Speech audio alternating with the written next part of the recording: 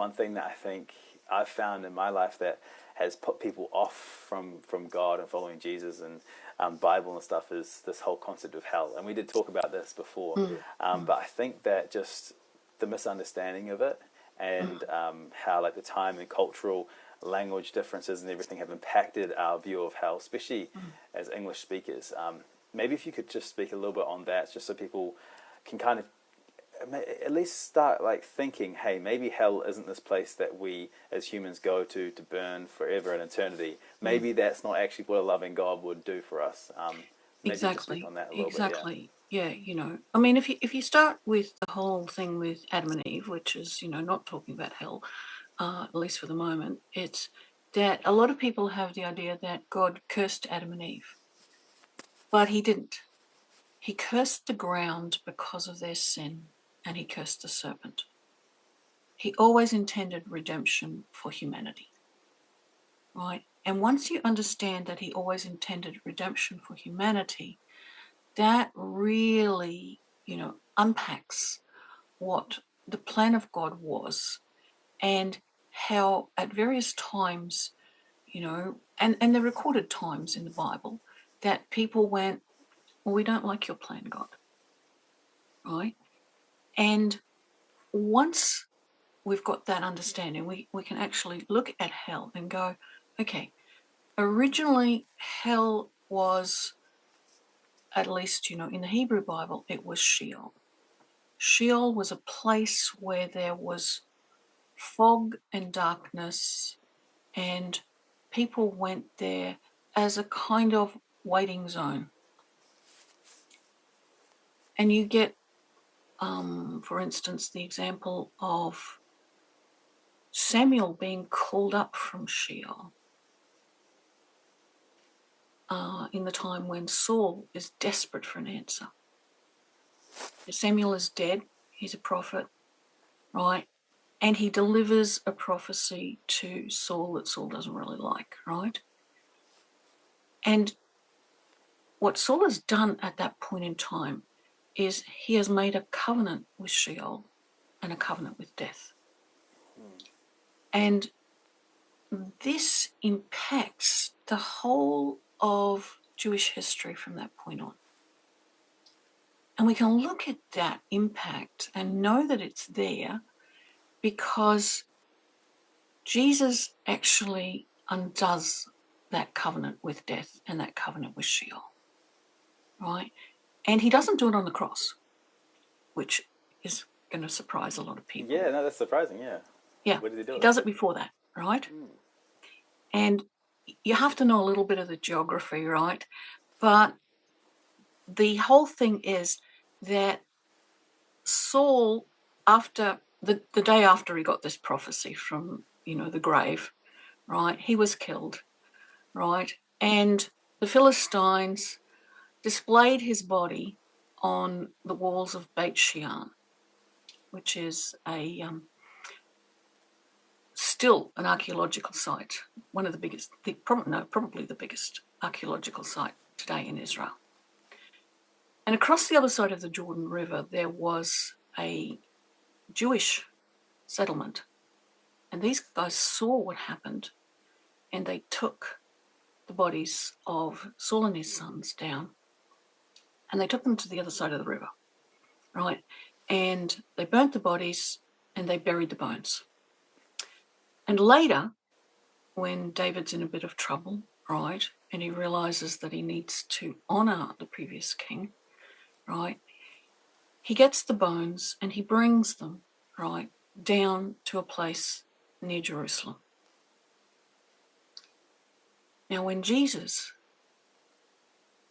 has left Jerusalem after the Festival of Lights, when he proclaims that he's the light of the world, and people have tried to kill him as a result of that, he goes to that same area and he stays there for a couple of months. And this is where he gets the news about Lazarus. He's right at the spot where Saul's bones were buried. And when he receives the news about Lazarus, he actually follows the path, the same path that Saul's bones would have followed when they were taken to Jerusalem and buried in the tomb outside Jerusalem. He's going from a place called Bethany beyond the Jordan to Bethany just outside of Jerusalem. And that's where he meets Martha and Mary and where Lazarus has died. And the whole point of that journey is to say, I am retracing what Saul has done, and to prove that I have broken the covenant with death and the grave, I'm going to have to bring somebody back from the dead. Wow. Which is exactly what he does. Yeah. Right? This is actually undoing that covenant that Saul had done. Right? So, here's this whole thing about Sheol, and here's what Jesus is doing about it. Now, when it comes to our understanding of hell, right, which is different to this foggy, misty place where there's very little remembrance and there's very little, it's a place of blindness, really. This is different. This is the whole idea of Gehenna. Now, Gehenna is the rubbish dump outside Jerusalem, and this was where child sacrifice took place.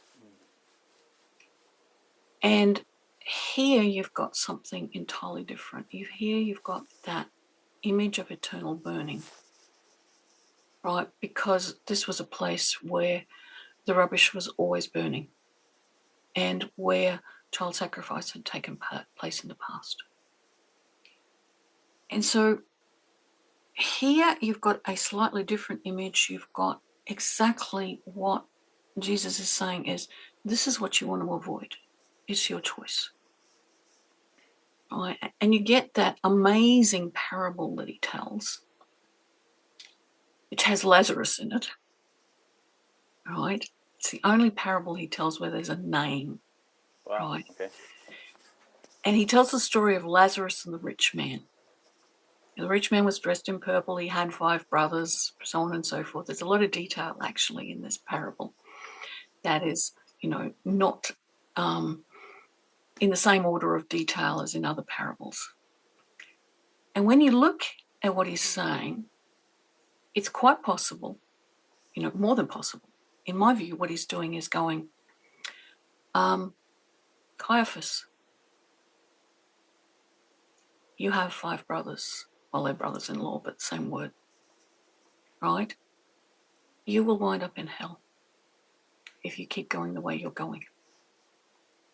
It's your choice.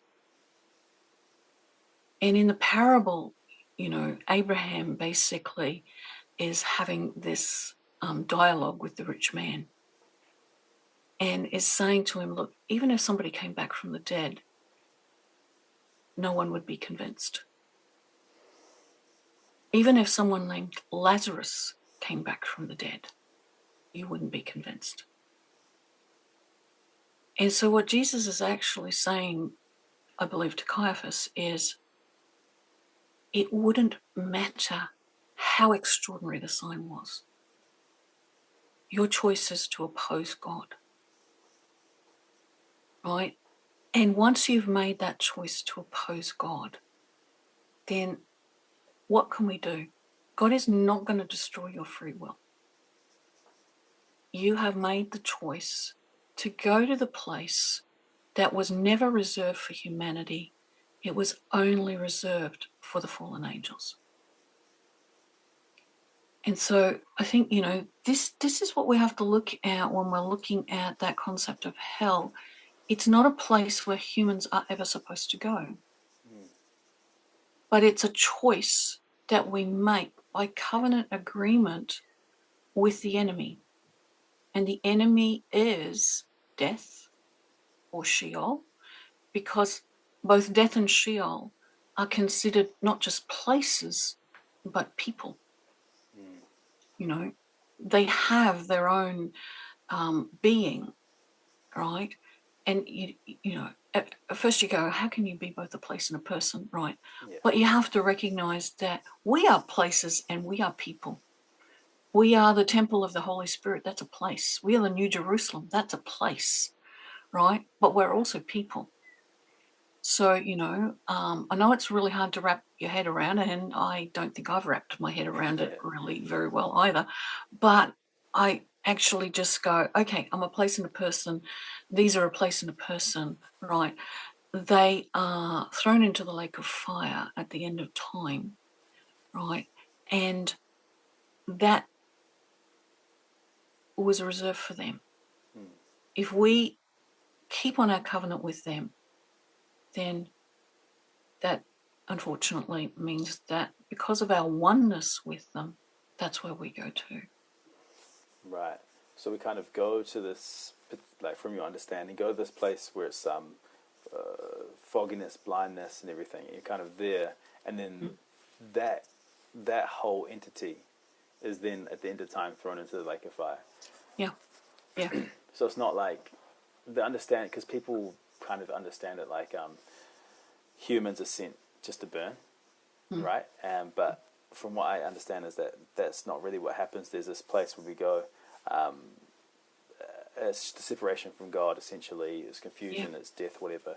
And then but now you're saying that whole area goes. That whole area goes. And So, when you're in covenantal oneness with it, that's what you do too. Yeah, you're going with it. Yeah. Yeah, I guess that is really interesting. Yeah. And do you get a second chance? Well, I don't want to make a theology out of this. I don't even want, I just go, I would like to think that you get a second chance. And I would like to think that on the basis of what happens with Jesus and Moses. Okay, yeah. Right? Moses dies, right? Without ever seeing the promised land. Oh, sorry, he does see the promised land, but he doesn't walk it, right? He doesn't cross the Jordan. He dies before that. And he dies as a result, actually, of refusing covenant with God, right? Because that idea of striking a rock, right, specifically striking a rock, was understood all the way through ancient culture as refusing covenant. So what Moses has done is say, look, I want to remain an Egyptian. God is giving him this understanding that actually his name has to change. Moses is an Egyptian name. And the promised land was for Hebrews, not for Egyptians. And so God's just going, listen, I want you to tweak your name a bit, right? Instead of drawn from the water, which is a dedication to the god of the Nile, I want you to change it to draw water, draw the living water. Cool. You're in me rather than the other way around, And God gave Moses a lot of opportunities to do this, right? There's different bits of the story that, lead up to this. And, as far as I can see, God actually gave Moses about 14,000 reminders, not kidding, right? That this is what he wanted to happen. And finally, there's this very public renunciation of covenant. And God goes, no, you can't do this in public. You can't show the people of Israel that you can get away with this, because that's going to mean that they're going to refuse covenant with me and they're going to see that there's no consequence. And so what Moses does is he accepts this, but then he starts to argue with God. Well, couldn't I get into the promised land a different way? Couldn't I go up to the hill country of Lebanon, those beautiful places, right, and go round that way rather than across the Jordan, right? And God says, no, don't talk to me about this anymore. Just no. But when you see Moses and Elijah with Jesus on the Mount of Transfiguration, they are in the hill country of Lebanon. This is exactly what Moses asked for and what God said no to. And so, do you get a second chance even after you're dead? Because this is after he's dead, Right. right? And like I said, I don't want to make a theology about it, but I think there is a possibility of hope in that story that maybe this is what we get. If we do not know God and do not understand him, and there's been no possibility, we can actually look in the face of God and go, yes, I choose you. That's kind of where my mind's gone a bit as well. I feel like as a human being on Earth, you know, whether I'm not sure which like kind of time period we're in with, you know, because obviously Satan is on Earth and doing a lot, running a lot of muck, you know, and it's hard to, as technology progresses as well, it's hard to understand what's real. Like I feel like people are kind of getting to a point where it's like, hey, I don't even know what's real anymore. And it's, so it's a tough one. But when you're in that state where, hey, you're no longer alive, and you're face to face with the being who created you, there'll be no doubt. There'll be no confusion. You'll just know.